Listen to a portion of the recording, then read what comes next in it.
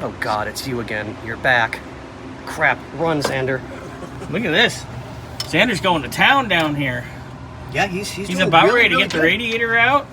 Yeah. Because he gets that one last hose off, and Yeah, he's doing really, outlet's really good. gonna come. We really like having him here. He does good work. They're Now- all off. Beautiful.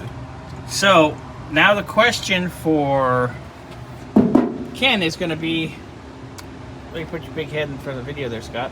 Oh, Do we take this to Gary and have him recore it, or because this is kind of a custom, I think it'd be more cost effective for Ken to just go with a nice aluminum radiator, because it's an AC car. He wants the air to work.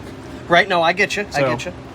Well, you know what? Maybe we'll touch base with Gary, and I'll talk to Ken, I'll talk to Gary. Maybe I'll have Gary talk to Ken, and they can hang out and figure this out.